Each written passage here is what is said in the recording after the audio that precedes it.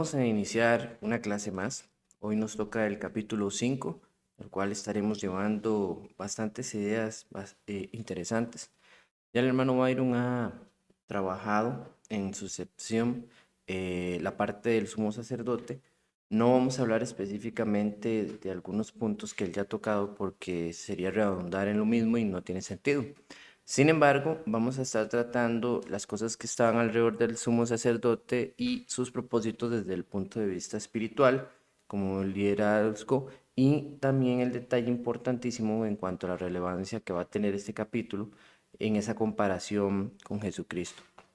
Dicho sea de paso, vamos a encontrar que esta es la sección donde vamos a ver a Jesús en comparación con el sumo sacerdocio, no con Aarón. Aarón va a ser mencionado puesto que de él es el linaje que se transcienden los sumos sacerdotes, constituido por Dios.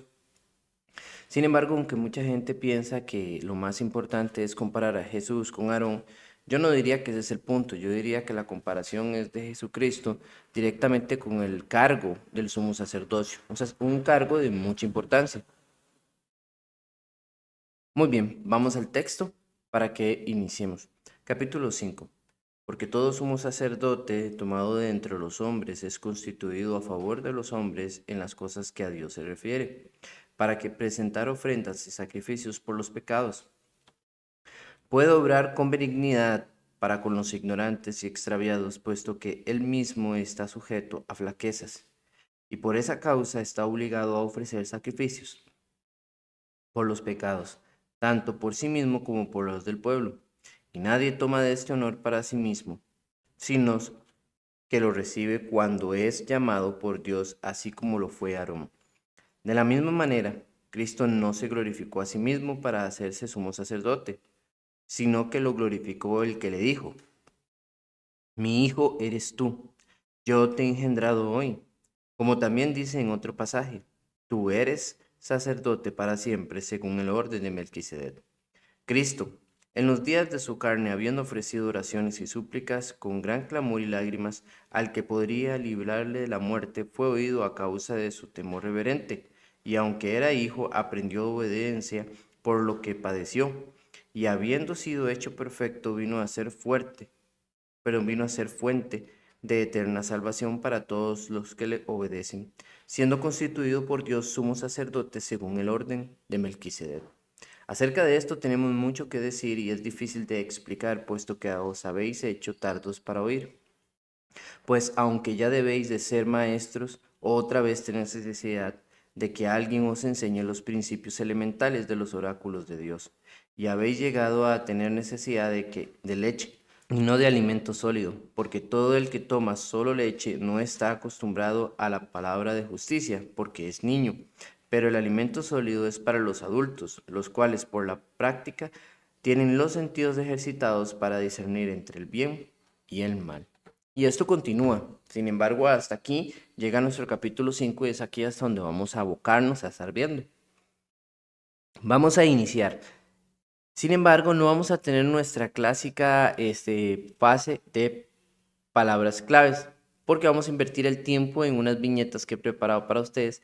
No están tan bien valoradas de aquí en adelante, no la que están viendo en pantalla, ya que las he tomado, algunas las he extraído de algunas imágenes simples, prácticas que tomé de internet, y otras son de un curso que yo ya he preparado que se llama El sacerdocio levítico versus el sacerdocio cristiano.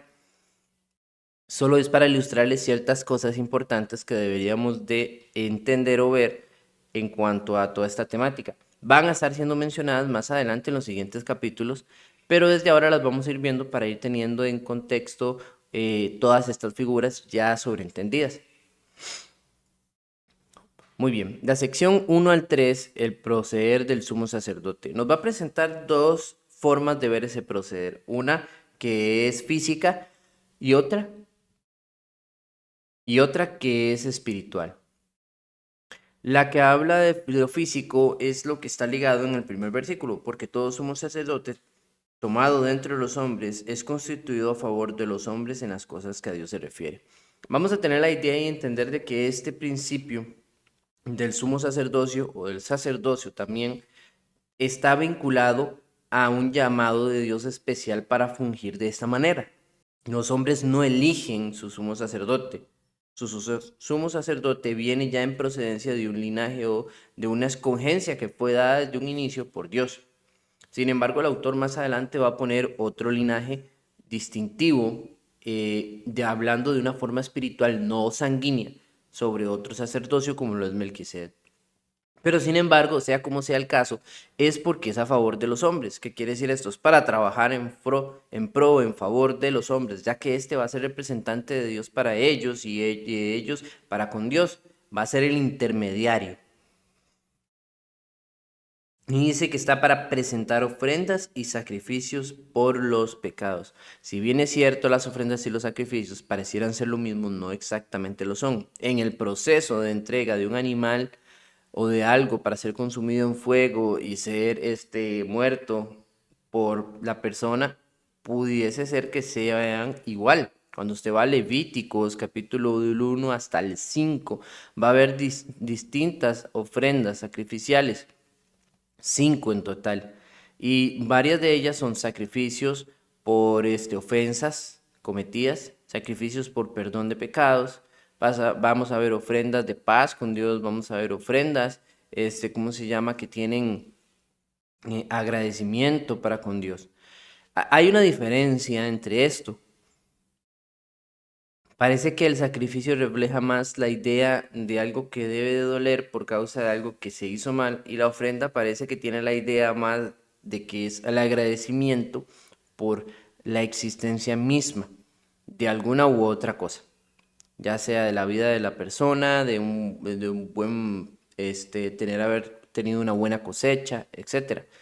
Y todo lo que vamos a encontrar de Levíticos capítulo 1 al capítulo 5 son distintas ofrendas, pero con propósitos distintos. Entonces, a algunas se les llama ofrendas, no son cosas monetarias, son cosas de grano, de animal o sacrificios que todos en sí sí son animales.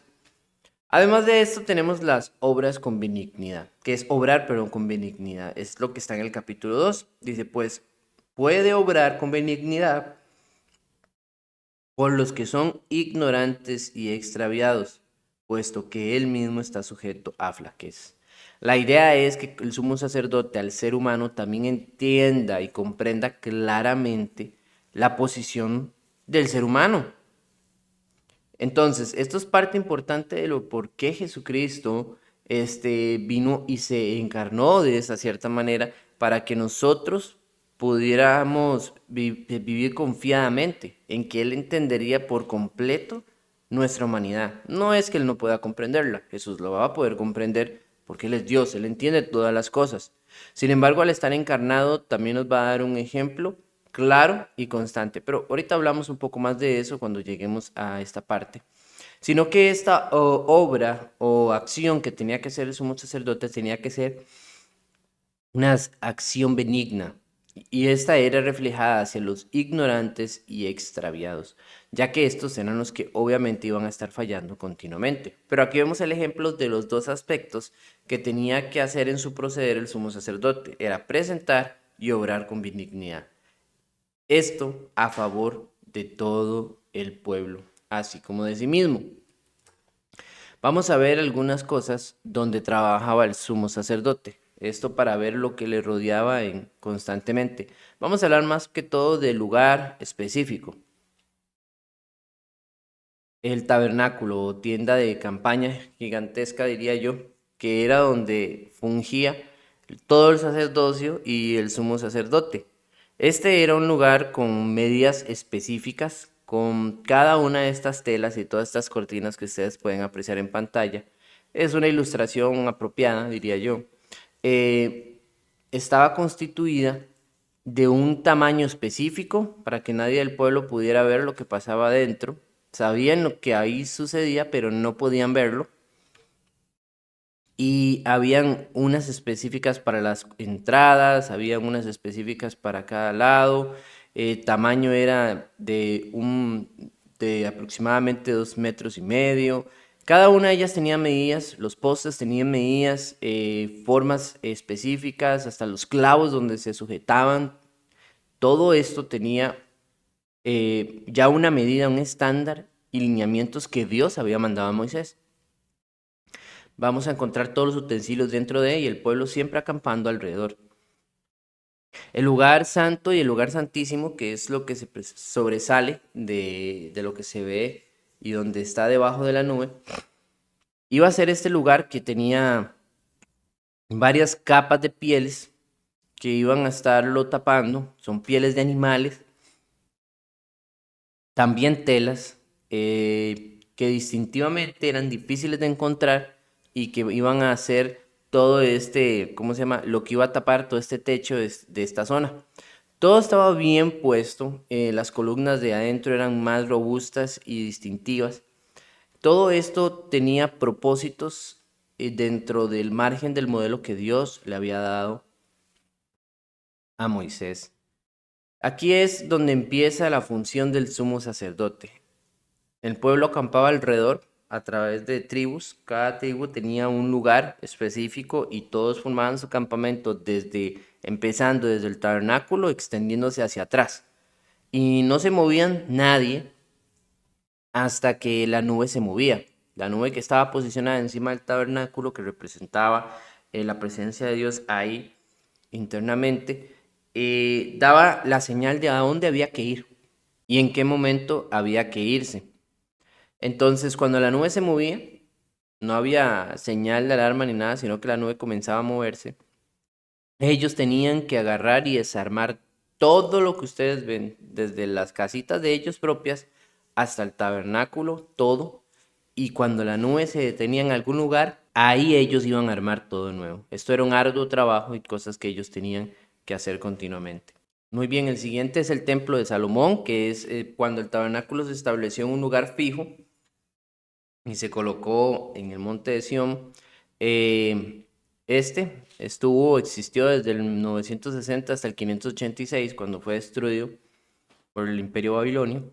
Este fue el que construyó Salomón. Este ya estaba bastante amplio, revestido de oro en muchos lugares. Algunos de los objetos fueron llevados a otro nivel, como por ejemplo el lavacro santo, que era de bronce. Aquí se puso sobre 12 toros, se hicieron más lavacros independientes. eh, las cosas que estaban dentro también se amplificaron en número y muchas otras cosas que eran más robustas. Salomón lo hizo, de cierta manera hizo de más y digamos que Dios lo permitió, ya que al día de la dedicación no hubo problema, puesto que Dios manifestó su aprobación ante lo que había hecho Salomón. Este fue el templo por el cual más se enorgullecieron los judíos y el que siempre recordaron para el resto de su vida. Fue destruido cuando el imperio babilonio vino a ellos y, claro, al estar todo revestido de oro, básicamente lo fue consumido, fue destruido por completo. Y muchas de las cosas, si no decir que todo en su totalidad, posiblemente, fue llevado a Babilonia. Y se extravió conforme pasó el tiempo también. Algunas cosas las conservaron, las tuvieron, pero otras también perecieron en su proceso. También está el templo que se reconstruyó, el cual duró mucho tiempo para reconstruirse y que pereció en el 1067 antes de Cristo, aunque estuvo desde el 515 antes de Cristo. Lamentablemente fue construido muy lento por causa de que fue construido con una mano en un ladrillo y con la otra en una espada. Fue difícil para ellos plantear la reconstrucción, aunque nunca llegó a ser semejante a la gloria del templo anterior. Eso lo decían los mismos ancianos que de niños conocieron el templo de Salomón y cuando regresaron ya ancianos, notaron y pues se lamentaban de esto. También después de eso un tercer templo levantado que fue el templo que Herodes proveyó a los hebreos. Esto desde el año 20 antes de Cristo hasta el año 70 después de Cristo. Un buen tiempito duró. Ustedes pueden ver que era como una fortaleza realmente y grande, bastante amplio. Ya que esto también tenía otra función. Muchos creen que Herodes creó este templo no exactamente con la idea de hacer sentir bien a los judíos y súper felices. Sí, se los quería ganar de cierta manera. Sin embargo, también podemos ver allá en la parte superior derecha donde hay otro edificio que sobresale. Este era el edificio que mantenía las guardias romanas. Muchos creen que Herodes lo que quería construir una fortaleza cercana a las guardias romanas en cualquier cosa, de que tuviera que defenderse y que tuvieran que atacar eh, al Imperio Romano. Recuerden que siempre había un forcejeo. Masada es otro lugar que Herodes va a construir con ese propósito de resguardarse y cuidarse, que irónicamente no fue utilizado por él, pero sí por los judíos en el año 72, creo, por ahí anda, del 71 al 72, por cuestiones de lo sucedido. Ahorita hablamos un poco de eso. Pero este fue el templo que más grande, por así decirlo, amplio, y tenía varios patios donde se refería al acomodo de cada una de esas personas según su descendencia, su género, tenía una posición donde pudiera estar cercano a, por ejemplo, en la parte fuera, totalmente que ustedes ven dentro de los muros, los extranjeros podían estar. Después había un pequeño murito pequeño que se puede notar alrededor de la parte del edificio del templo, que está dentro de ese patio grande, pero que hay un murito. Después de ese murito podían estar las mujeres. En la parte interna de ese murito, o sea, después de las puertas, podían estar los hombres, pero ya en la parte donde usted ve que todo ese cuadro que está en el centro está dividido entre un patio y está dividido en la parte donde sobresale el edificio más grande, que es el templo en sí. Ya ahí, solo en esa sección, podían pasar sacerdotes. Y a lo interno, solo el sumo sacerdote y algunos sacerdotes que tenían trabajos comisionados. En el área de la derecha, que va desde la parte inferior hasta de adelante hacia atrás, que pueden ver como un techito rojo, esto es lo que llaman el pórtico de Salomón. Este pórtico era donde normalmente se dialogaba, se hablaba, donde nos aparecen varios relatos bíblicos, era en este lugar donde todo esto estaba sucediendo. Muy bien. Y en el año 70, después de Cristo, Jesús nos habla de esto en una referencia en Mateo capítulo 23 del versículo 15 al 21, donde nos habla sobre la destrucción del templo, la cual eventualmente vino a suceder en el año 70 en manos del general Tito. Esto fue por causa de que el pueblo judío para ellos era rebelde y se oponía constantemente al Imperio Romano, tenía una estructura y una forma de ser, aunque trataron de doblegarlo, nunca pudieron y hubo una constante estira y empuje, así que decidieron destruirlos.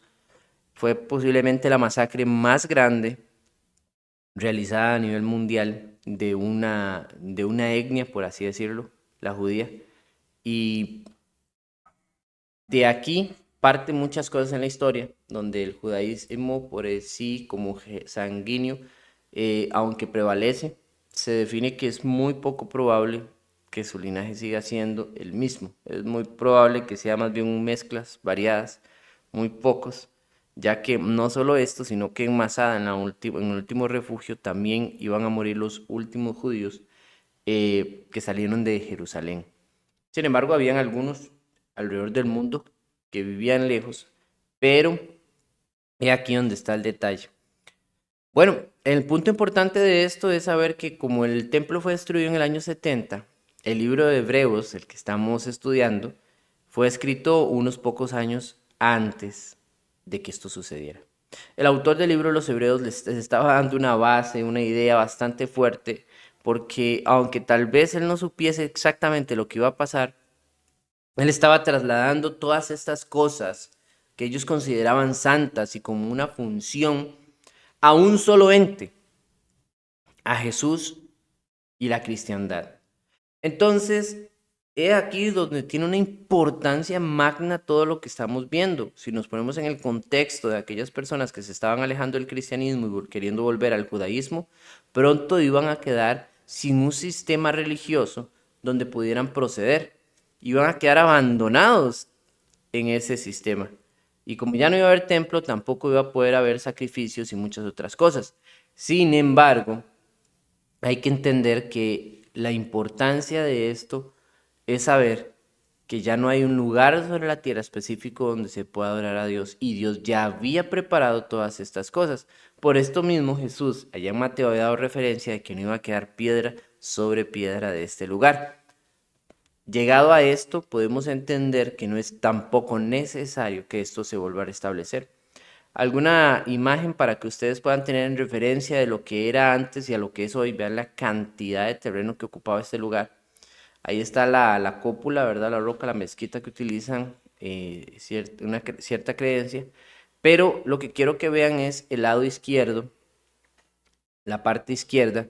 eh, Toda esa parte izquierda es lo único que hoy en día existe de ese templo, que es lo que se llama como el Muro de los Lamentos.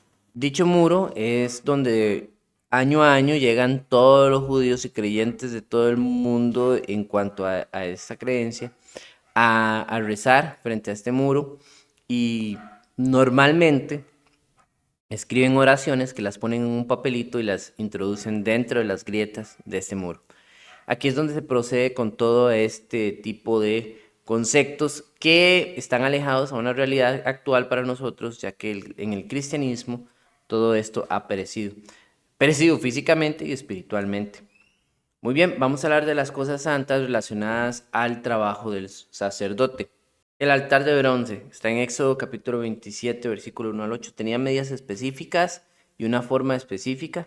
Todos los implementos, aunque no salgan en las figuritas que les voy a poner, las imágenes, perdón, todos tenían estos aros alrededor de ellos, digo, a un costado, para introducir una vara. Y esta vara iba a ser para que ellos fuesen transportados. También tenemos otra ilustrativa que nos va a ayudar un poco más. Tenía una rampita, ya que todo sumo sacerdote o sacerdote que subiera ahí no debía subir por escaleras a este altar, ya que podía quedar descubierto sus partes internas de alguna u otra manera, no hablando de sus órganos sexuales, ya que ellos venían cubiertos, tenían ciertos calzoncillos que eran creados para ellos, que también Dios mandó a que se hiciesen. O sea, todo esto tenía estándares y medidas, de todo, hasta desde la vestimenta hasta los artículos que utilizaban. Pero era como porque por error o por circunstancia al subir escaleras fuesen vistos o apreciados su parte interna de sus piernas o cercano a o se saliera algo, entonces para evitar cualquiera de estas acciones debían de subir a través de una rampa que ustedes pueden ver en esta ilustración, que tal vez le queda muy corto en tamaño y muchas cosas, pero digámosle que es asentada con esa idea. También las víctimas, el proceso de introducir estas víctimas aquí a este altar era degollándolas, así que se les cortaba alrededor del cuello para que se desangraran más rápidamente. Después de esto se procedía a partirlas a la mitad. Esto es totalmente, se partía el cuerpo en dos mitades, en dos paletas, como lo podemos ver ahí. Los sacerdotes eran expertos carniceros, literalmente. Ellos sabían cómo cortar estas víctimas, cómo partirlas, algunos animales más pequeños, otros mucho más grandes, y cómo a la manera de meter los cuchillos y cortar todo esto, que tampoco rasgaran las bolsas de las vísceras, ya que esto contaminaría la carne y también sería negativo para el proceso que ellos llevaban de la quema de dichas cosas. Entonces hay que entender que hay una parte que se ponía para la quema de Dios y otra que se utilizaría para los sacerdotes. Sin embargo, todo esto tenía que estar bien y tratado de una manera correcta. Así que ellos sabían exactamente lo que estaban haciendo y tenían que prepararse en esto de una forma muy cautelosa. El lavacro santo o la fuente de bronce era el lugar donde se constantemente tenían que limpiarse. Esto tiene representaciones espirituales para nosotros en el futuro, pero solamente eso. Ellos no podían estar sucios, así que cada vez que procedían y se ensuciaban, porque obviamente se iban a llenar de sangre, ellos agarraban y tenían que lavarse, también tenían que cambiarse toda su vestimenta y ponerse una nueva y proceder de una manera nuevamente correcta. Ellos no podían proceder con cada animalito envueltos o llenos o sucios, sino que debían de estar limpios en todo sentido.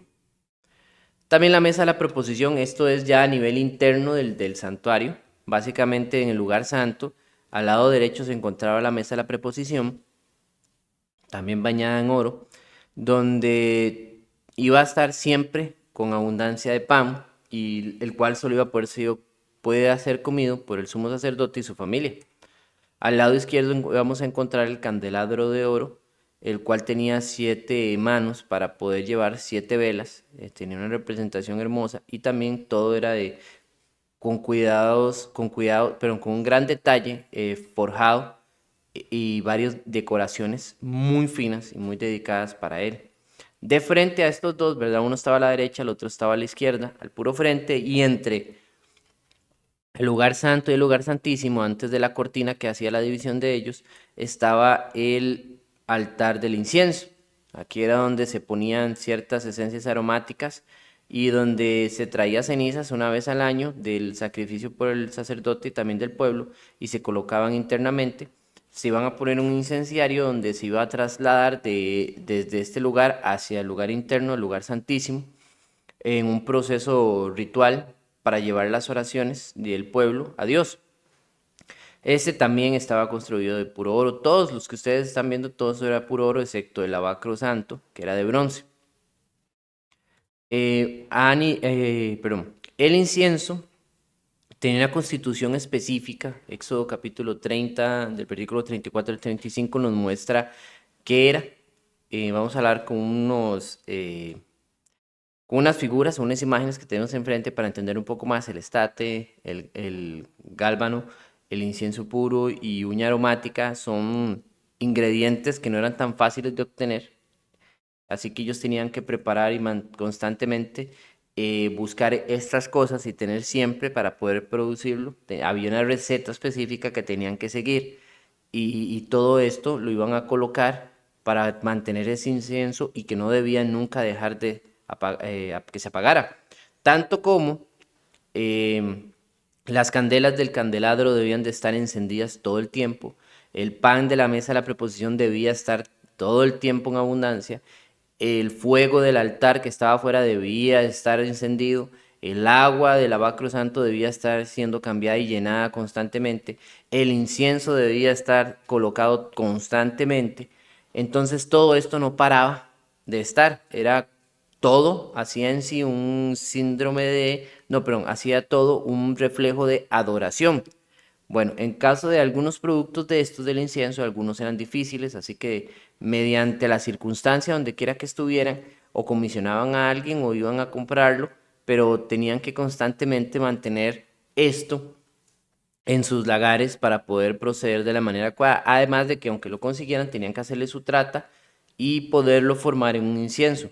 Lo que es la uña aromática, el estate, posiblemente eran las cosas más difíciles de conseguir, ya que la uña aromática era un molusco y el estate era una planta, o el fruto que lo que salía de una planta, y no era todo el tiempo.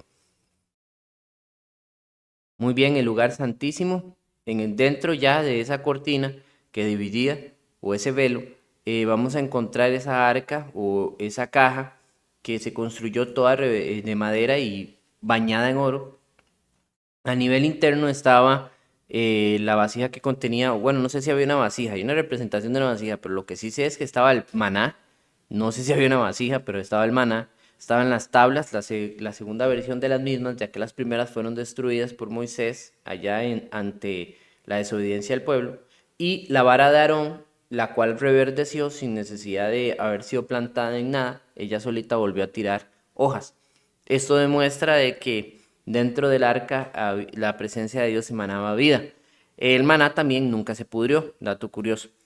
Y encima es la tapa, lo que se le llama el propiciatorio, que eran dos querubines que eran puestos con sus alas cubriendo todo aquello, que recordemos que los querubines tienen un principio, según lo que nos ha mostrado la Biblia, de protección.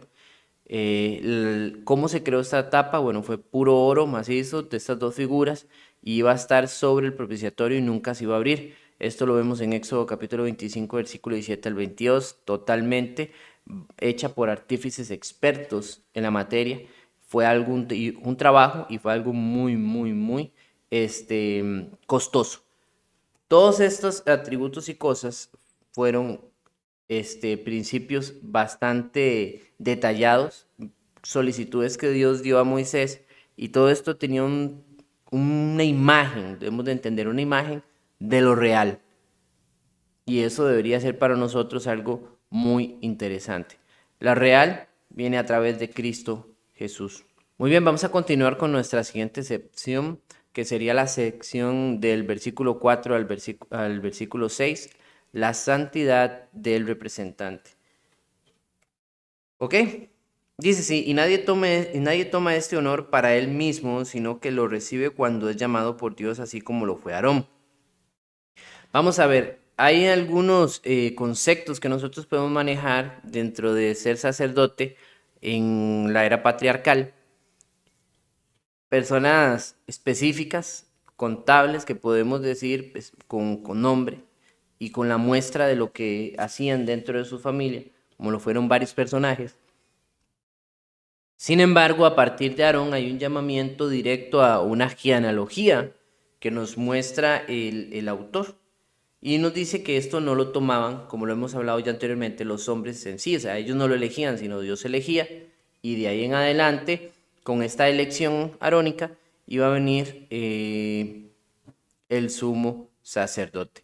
Ahora, esto era difícil de cierta manera. ¿Por qué? Porque si había un sumo sacerdote bueno, ellos iban a estar felices, iban a estar bien con un sumo sacerdote que llevara todas estas reglas.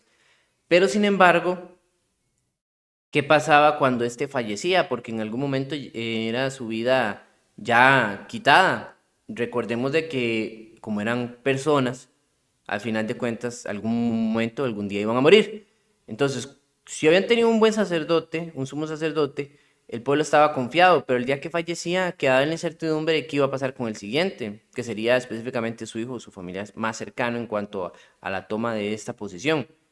De ahí fácil, el pueblo tenía que esperar a ver qué sucedía y si resultaba malo y moría, tenía que venir otro y entonces el pueblo hasta que no tuviera uno que fuese constantemente acepto, iban a tener problemas. Por eso cuerpos cayeron, hermanos. Hay que entender que el detalle de la ambivalencia humana era bastante grande a causa del error o el pecado que hay en uno mismo. Dice en el versículo 5, de la misma manera, Cristo no se glorificó a sí mismo para hacerse sumo sacerdote, sino que lo glorificó el que le dijo, mi hijo eres tú. Yo te he engendrado hoy, como también dice en otro pasaje, tú eres sacerdote para siempre según el orden de Melquisedec. Aquí va a fusionar dos pasajes bíblicos el autor. Va a fusionar el Salmo, capítulo 2, versículo 7, Salmo capítulo 2, versículo 7, y también va a fusionar el Salmo capítulo 110, versículo 4, para traer la idea de dos conceptos que determinaban que Jesús había sido constituido directamente como sumo sacerdote por Dios. Y eso está bien, porque en cuanto a la vida y a la dignidad que tenía que tener el proceder de un sacerdote, Jesús lo cumplía a plenidad. Veamos los aspectos a los que estaba sometidos, otra vez físicos y espirituales.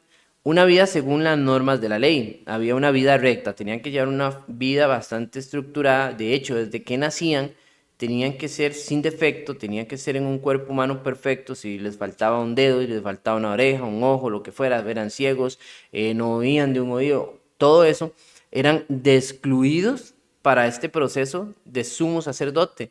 Entonces ¿cómo se llama?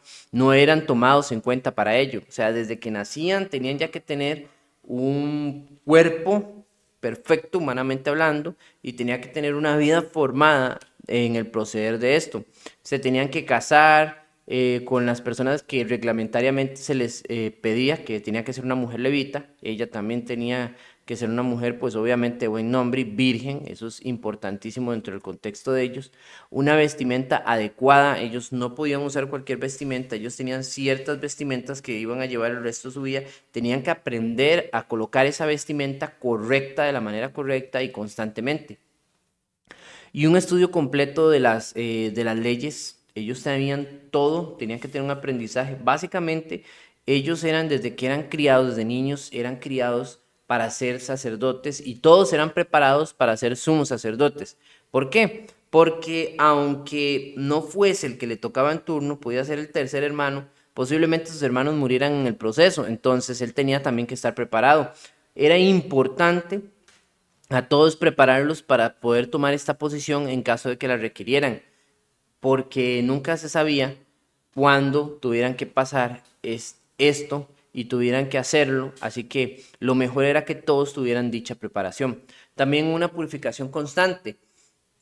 Ellos no podían proceder con pecado, ellos no podían proceder sin misericordia, ellos no podían proceder sin santidad, ellos no podían dejar de sacrificar por sí mismos y por su familia, porque también tenían que cuidar tanto su formación personal, sus valores, sus principios y sus acciones, como también las de su esposa e hijos.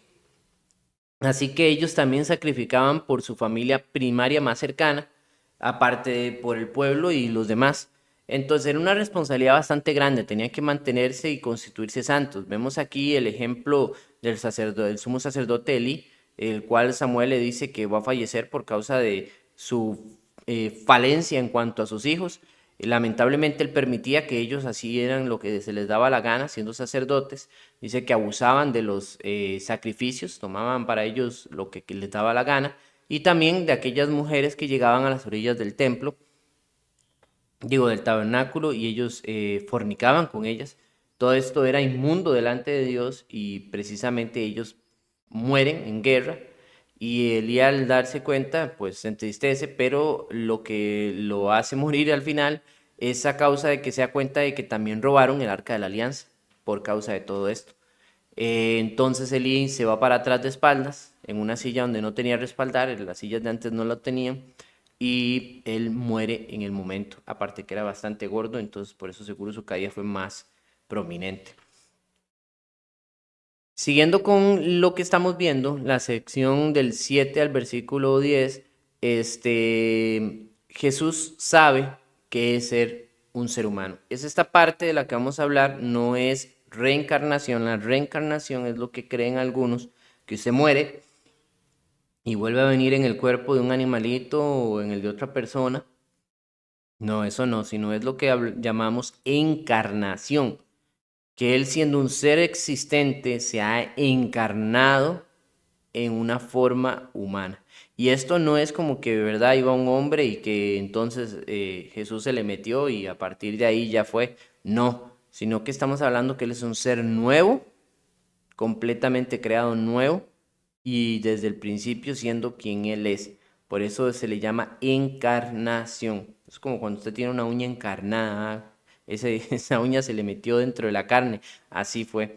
Entonces, podemos ver y apreciar eso a partir de ahí. Dice, Cristo en los días de su carne, habiendo ofrecido oraciones y súplicas con gran clamor y lágrimas, al que podía librarle de la muerte fue ido a causa de su temor reverente.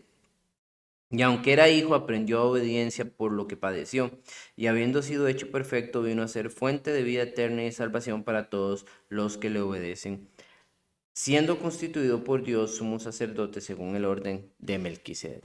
Básicamente el autor está apelando al hecho de que Jesucristo fue 100% humano, lo totalmente correcto, fue 100% humano, así como 100% Dios.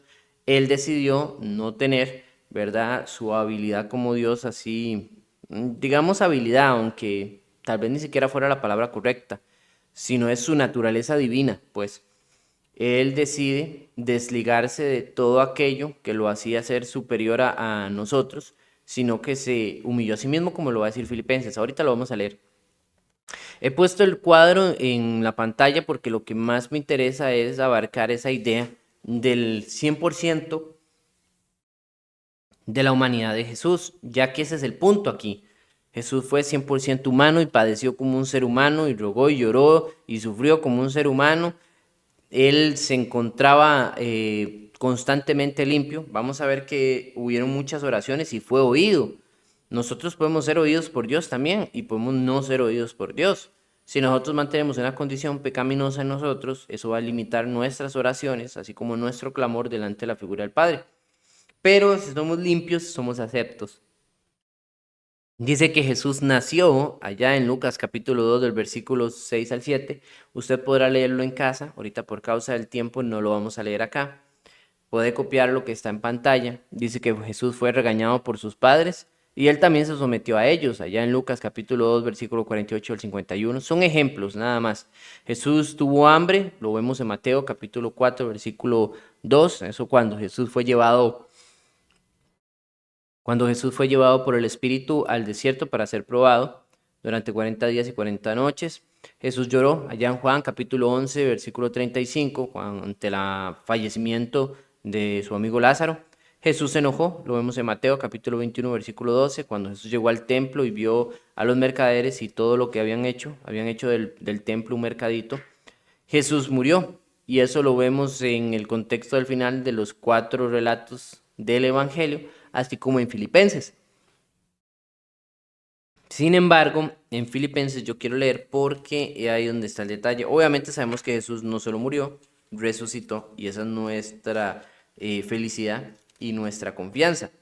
Sin embargo, lo que dice el texto me encanta, aunque habla sobre la muerte de Jesús, nos conecta completamente con lo que estamos viendo acá en esta área.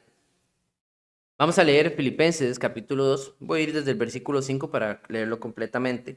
Dice así: haya pues en vosotros esta actitud que hubo también en Cristo Jesús, el cual, aun que existía en forma de Dios, no consideró ser igual a Dios como a cosa que aferrarse, sino que se despojó a sí mismo, tomando forma de siervo, haciéndose semejante a los hombres, y hallándose en forma de hombre, se humilló a sí mismo, haciéndose obediente hasta la muerte, y muerte de cruz. Por lo cual Dios también le exaltó hasta lo sumo, y le confirmó el nombre que es sobre todo nombre, para que en el nombre de Jesús se doble toda rodilla de los que están en los cielos, en la tierra y debajo de la tierra, y toda lengua confiese que Jesucristo es el Señor, para la gloria de Dios Padre. Ese es el detalle. Jesús decidió quitar de sí mismo, no iba a dejar de ser Dios, él dejó por su propia voluntad quitar de sí mismo su esencia divina. La tenía, pero decidió no usarla en ningún sentido para poderse encarnar como un ser humano, para poder venir a sufrir como un ser humano, para exponerse, diría yo, a la condición humana, ser débil como nosotros, pero cumplirlo a cabalidad, ya que Él fue sin mancha, sin pecado. Esto no solamente es maravilloso, sino que nos comprueba de que se puede realizar. Podemos enfrentar nuestras maldades, podemos enfrentarnos a nosotros mismos. Sin embargo, hay una debilidad constante en nuestra vida que Jesús entiende a plenitud, ya que no es que Él no podía entendernos, pero al estar en esa condición humana, apropiadamente puede entendernos. Y claro está, puede condolerse de nosotros, sabe lo que es ser un ser humano, sabe cuáles son nuestras falencias, sabe cuáles son nuestras virtudes, y Él entiende plenamente lo que somos. Por esta misma razón, como dice Pedro, abogado tenemos para con el Padre. Su sacrificio se vuelve válido completamente, pero también hay una gran actitud de conciencia en dicha acción. Esto es importante para nosotros, saber que Él puede entendernos. Era lo que decía el autor allá en el capítulo anterior de Hebreos que habíamos leído. Vamos a ir un poco para atrás. Permítame para refrescar este detalle. Recuerden el capítulo 4, versículo 14.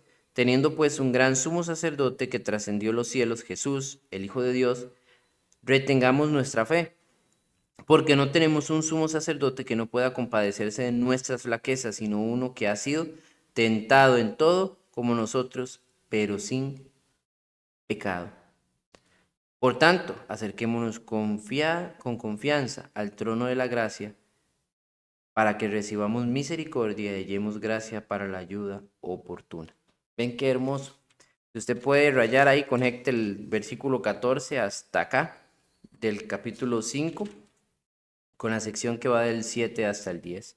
Porque es esa la idea de lo que ha andado y lo que quiere seguir trayendo el autor del libro de los Hebreos. Este va a ser el punto más fuerte de él y vamos a ver que va a estarlo desarrollando durante varios capítulos, ya que es aquí una de las bases, al quitarle al judaísmo esta creencia, esta base, este principio, se derrota todo alrededor de ellos. Muy bien, la siguiente sección va del versículo 11 al 14, es lo que llamamos el problema de la inmadurez. Él va a hacer un break acá y va a colocar esta dificultad humana, o va a colocar este mal proceder cristiano en cuanto al problema de poder comprender y ir hacia adelante dentro de lo espiritual. Y esto es un gran problema, dice. Acerca de esto tenemos, versículo 11 en adelante, mucho que decir. Es difícil de explicar, puesto que os habéis hecho tardos para oír. Pues aunque ya debieras de ser maestros, otra vez tenéis necesidad de que alguien os enseñe los principios elementales de los oráculos de Dios. Y habéis llegado a tener necesidad de leche y no de alimento sólido, porque todo el que toma solo leche, no está acostumbrado a la palabra de justicia, porque es niño. Pero el alimento sólido es para los adultos, los cuales por la práctica tienen los sentidos ejercitados para discernir el bien y el mal. Esos son los problemas que suceden al no madurar espiritualmente. No se puede hablar las cosas profundas. O sea, hay que andar siempre en cosas por encima y no se pueden hablar las profundas porque no las entenderían. No se puede explicar fácilmente. Para explicar cualquier otra cosa hay que reabundar en explicaciones y ejemplos porque no se va a entender fácilmente. No son maestros, no lo son porque nunca pueden enseñar porque no tienen respuestas. O sea, como no han aprendido realmente, no saben responder ante algo. Esto es muy diferente de cuando una persona aprende algo y cuesta que lo explique, porque a veces aprender es más fácil que enseñar y eso es una acción bastante interesante. Es más fácil aprender que enseñar, pero hay personas que no están dedicadas o enteramente no les interesa poder absorber este conocimiento. No avanzan en el conocimiento, eventualmente, como no les interesa, no van a avanzar, no van a seguir aprendiendo.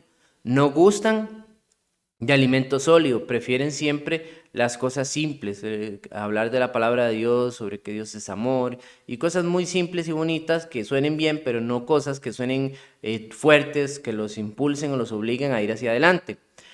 No saben discernir entre lo bueno y lo malo, son como niños, o sea, hay que enseñarles, hay que estarles diciendo que es bueno y que es malo, y aún así lo vuelven a preguntar y lo seguirán preguntando. Por estas razones están inclinados al judaísmo. Todo esto está trayendo a ellos, esta inmadurez espiritual está trayendo el hecho de que otra vez están deslizados hacia el judaísmo. Hablando sobre la palabra los oráculos, eso no es algo físico, es algo de un ente espiritual. El oráculo se utilizó siempre en el contexto histórico como el lugar donde usted podía tener conocimiento sobre lo que venía en el futuro. Independientemente de la cultura, podía ser un lugar, podía ser un atrio, podía ser una estatua, o podía ser mujeres vírgenes que tenían ahí, que las pasaban drogando, para poder recibir respuestas de adivinación. Sin embargo, acá, al hablar de los oráculos de Dios, se habla sobre el conocimiento que habían adquirido. Recuerden que había muchos hermanos que habían sido dotados de dones, hombres y mujeres, por el Espíritu Santo, donde daban muchas cosas que pasarían a futuro, donde daban, enseñaban cosas que estaban relacionadas en cuanto a lo que pasó en Jesucristo, la comprobación de los hechos, de todo esto, y información que era importante en la cristiandad. Nosotros la tenemos escrita mucha a través de lo que Pablo nos da. Pero todo esto no lo podían entender. Recuerden lo que dice Pedro cuando habla sobre que Pablo escribió cosas difíciles de comprender, muy posiblemente apuntando a escritos como los de Romanos, que eran bastante complejos a nivel teológico, no en poder tomar esa información, sino comprenderla de primera instancia, porque el contenido es fuerte y es pesado. Pero es lo que posiblemente estuviera sucediendo acá. Tenían necesidad de volver a iniciar, de volver a entender las cosas, de entender por qué Jesús, de entender que si era 100% humano, 100% Dios, de entender que por qué su sacrificio había limpiado los pecados, por qué no debían ya de hacer las cosas del judaísmo. Entender todo eso era posiblemente difícil para ellos, ya que ellos eran inmaduros espiritualmente. Y bueno, esto continuará, seguiremos hablando sobre el sumo sacerdote y todo esto. En el capítulo 7 nos referiremos más específicamente a Melquisedec y hablaremos de un poco más de cosas que no hemos tocado acá, ya que todo esto se abarca continuamente en los siguientes capítulos. Hasta aquí la clase, que Dios los bendiga.